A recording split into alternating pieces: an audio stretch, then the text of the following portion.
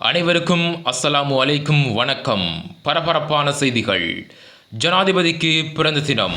உள்ளூராட்சி மன்ற தேர்தல் 2025 ஆரம்பத்தில் வேயங்கொட புதையல் அகழ்வின் முடிவு என்ன? இலங்கைக்கு சிவப்பு எச்சரிக்கை. நவம்பர் 25இல் ஏஎல் பரீட்சை ஆரம்பம். எஸ்எல்எம்சி கட்சியின் தேசிய பட்டியல் பாராளுமன்ற உறுப்பினராக சாலின் அலீம்.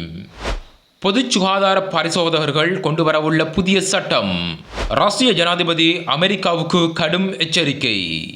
இவைதான் தலைப்புச் செய்திகள். இது உங்கள் தகவல் அரங்கம். நான் உங்கள் அகமது அசியாம். வாருங்கள் விரிவாக என்னவென்று பார்ப்போம். அதிமதகு ஜனாதிபதி அனுரகுமார திசாநாயக்க அவர்கள் தனது 56வது பிறந்த நாளை இன்று கொண்டாடுகின்றார்.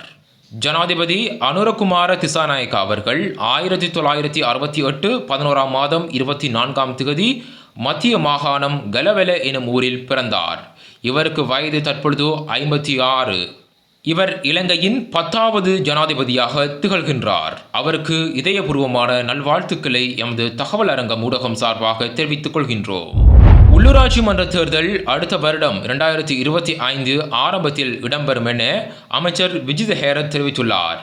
கடந்த 2 வருடங்களாக உள்ளூராட்சி மன்ற தேர்தல் நடைபெறாமல் இருக்கின்றது. ஏற்கனவே முன்னாள் ஜனாதிபதி ரணில் விக்ரமசிங்கே அவர்களின் ஆட்சியில் உள்ளூராட்சி மன்ற தேர்தல் நடத்தப்படும் என தெரிவித்திருந்த போதிலும் அந்த தேர்தலானது பொருளாதார பிரச்சனையால் ஒத்திவைக்கப்பட்டது. அந்த தேர்தல் தற்போதைய புதிய அரசாங்கத்தின் கீழ் எதிர்வரும் 2025 ஆரம்ப கால பகுதியில் நடைபெறும் என தற்பொழுது செய்திகள் வெளியாக இருக்கின்றது. இந்த வருடம் மட்டுமே 2 தேர்தல்களை நாங்கள் சந்தித்தோம். தற்பொழுது 3வது தேர்தல் வருகின்றது. அதுவும் 2025 ஆரம்ப பகுதியில் வர இருப்பதாக தெரிவிக்கப்படுகின்றது. வேயங்கொட புதையல் அகழ்வின் முடிவு என்ன? கடந்த 3 நாட்களாக அரசாங்கமே புதையல் அகழ்வினை ஆரம்பித்திருந்தது. வேயங்கொட பகுதியில் பலர் புதையல் தோண்டியதன் காரணமாக நீதிமன்றத்தில் ஆஜர்படுத்தப்பட்டார்கள். அண்மையில் நீதிமன்றமே வேயங்கொட பகுதியில் புதையல் இருக்கா என்பதை பார்ப்பதற்காக அரசு அதிகாரிகளை அனுப்பியிருந்தது. அவர்கள் அகழ்வினை மேற்கொண்டிருந்தார்கள். இந்த அகழ்வு 3 நாட்களாக இடம்பெற்றது. நேற்று மாலையுடன் இந்த அகழ்வு நிறைவுக்கு வந்திருக்கின்றது. இந்த அகழ்வின் போது எந்த ஒரு புதையலும் அரசாங்க தரப்பிற்கு கிடைக்கவில்லை. பெரும் பெரும் பாறை கற்கள் கிடைத்தது. அந்த பாறை கற்களை உடைத்து பார்த்தார்கள். அதற்குள் புதையல் இருக்கா என்பதை பார்த்தார்கள். கடைசியில் எந்த ஒரு புதையலும் அரசு அதிகாரிகளுக்கு கிடைக்கவில்லை. இறுதியாக அந்த புதையல் அகழ்வை நிறுத்திவிட்டார்கள். இது சம்பந்தமான வீடியோ காட்சிகள், புகைப்படங்கள் தற்பொழுது நிறைய பேர் பார்த்து வருகின்றார்கள். அந்த காட்சியை உங்களுக்கு நாங்கள் வழங்கி கொண்டிருக்கின்றோம். இதனை நீங்கள் பார்க்கலாம். அங்கு எந்த ஒரு புதையலும் கிடைக்கவில்லை. கடைசியாக கருங்கற்கள் தான் கிடைத்தது. எந்த ஒரு புதையலும் கிடைக்கவில்லை.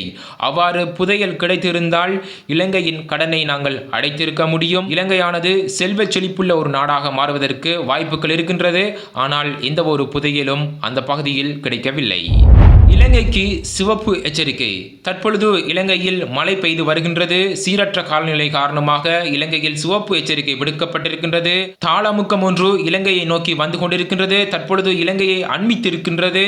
24, 25, 26 ஆகிய 3 தினங்களுக்கு சிவப்பு எச்சரிக்கை இலங்கை முழுவதற்கும் விடுக்கப்பட்டிருக்கின்றது. இந்த சிவப்பு எச்சரிக்கையின் காரணமாக இலங்கையில் பலத்த மழை பெய்யக்கூடும், கடும் காற்று வீசக்கூடும் என சொல்லப்படுகின்றது. மக்கள் மிகவும் அவதானமாக இருக்குமாறும் சொல்லப்படுகின்றது. மரங்களுக்கு கீழ் இருக்க வேண்டாம். மரங்களுக்கு அருகில் உள்ள வீடுகளில் இருக்க வேண்டாம். பாதுகாப்பற்ற மின் இணைப்புகள், பாதுகாப்பற்ற கூரைகள், பாதுகாப்பற்ற மரங்களை அகற்றிவிடுமாறு அரசாங்கம் கூறியிருக்கின்றது. எனவே மக்கள் அவதானமாக இருங்கள். தற்பொழுது கனமழை பெய்து வருகிறது இலங்கையில். நவம்பர் 25இல் ஏஎல் பரீட்சை ஆரம்பம். இந்த ஏஎல் பரீட்சையில் 3,20,183 பரீட்சார்த்திகள் தோற்றவுள்ளார்கள். இந்த ஏஎல் பரீட்சையானது நவம்பர் 25ஆம் திகதி முதல் டிசம்பர் 20ஆம் திகதி வரை நடைபெற இருக்கின்றது. ஸ்ரீலங்கா முஸ்லிம் காங்கிரஸ் கட்சியின் தேசிய பட்டியல் பாராளுமன்ற உறுப்பினராக ஏறாவூரைச் சேர்ந்த சாலின் அலீம் நியமிக்கப்பட்டுள்ளார். ஸ்ரீலங்கா முஸ்லிம் காங்கிரஸ் கட்சியானது கடந்த பாராளுமன்ற தேர்தலில் 87,038 வாக்குகளை பெற்றிருந்தது.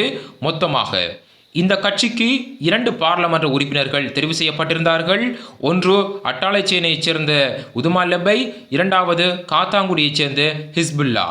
இந்த கட்சிக்கு ஒரு தேசிய பட்டியல் ஆசனம் கிடைத்திருந்தது. அந்த தேசிய பட்டியல் ஆசனத்தை யாருக்கு வழங்குவது என்பது தொடர்பான நீண்ட ஆலோசனை போயிருந்தது. தற்பொழுது ஏறாவூரைச் சேர்ந்த ஏறாவூர் நகர சபையின் முன்னாள் தலைவர் சாலி நலிம் அவர்களுக்கு தேசிய பட்டியல் ஆசனம் வழங்கப்பட்டிருக்கின்றது. பொத்துவில் சம்மாந்துறை என்பன தேசிய பட்டியல் பாராளுமன்ற உறுப்பினரை எதிர்பார்த்திருந்தது. ஆனால் அது தற்பொழுது ஏறாவூருக்கு சென்றிருக்கின்றது. ஸ்ரீலங்கா முஸ்லிம் காங்கிரஸ் கட்சியின் தேசிய பட்டியல் தொடர்பான வீடியோக்களை நாங்கள் வழங்கியிருந்தோம். அதனை நீங்கள் பலர் பார்த்திருந்தீர்கள். பார்க்காதவர்கள் போய் பாருங்கள்.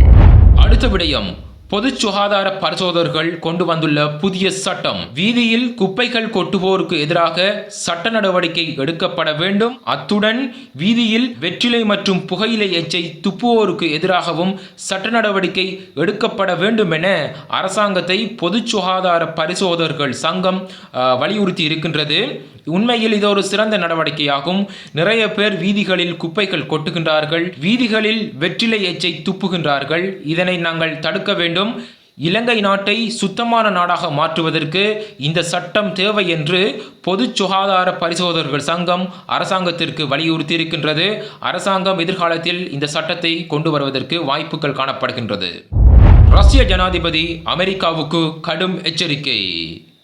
ரஷ்யாவுக்கு எதிராக உக்ரைன்ஸ் போன்ற நாடுகளுக்கு அமெரிக்காவானது ஏவுகணை வழங்கினால் அமெரிக்காவை தாக்குவோம் என பகிரங்கமாக ரஷ்ய ஜனாதிபதி அவர்கள் தெரிவித்திருக்கின்றார். இந்த செய்தியானது மிக பரபரப்பாக பேசப்பட்டு வருகிறது. ரஷ்ய ஜனாதிபதி இவ்வளவு காலமாக பொறுமையாக இருந்தார். இனி அவரின் பொறுமைக்கு எல்லை இல்லை. 3ஆம் உலகப் போர் ஒன்று மூலப்போவதாக தற்பொழுது செய்திகள் தெரிவிக்கின்றது. 3ஆம் உலகப் போர் மூழுவதற்கான அபாயம் காணப்படுகின்றது. இவைதான் பரபரப்பான முக்கியமான செய்திகள். நான் உங்கள் அகமது அசியாம். புத்தம் புதிய தகவல்களை பெற்றுக்கொள்ள எமது தகவல் அரங்கம் யூடியூப் சேனலை மறக்காமல் சப்ஸ்கிரைப் செய்து பெல் பட்டனை கிளிக் செய்யுங்கள். அப்போதுதான் எமது வீடியோக்களை பெற்றுக்கொள்ள முடியும். அடுத்த வீடியோவில் நாளை சந்திப்போம்.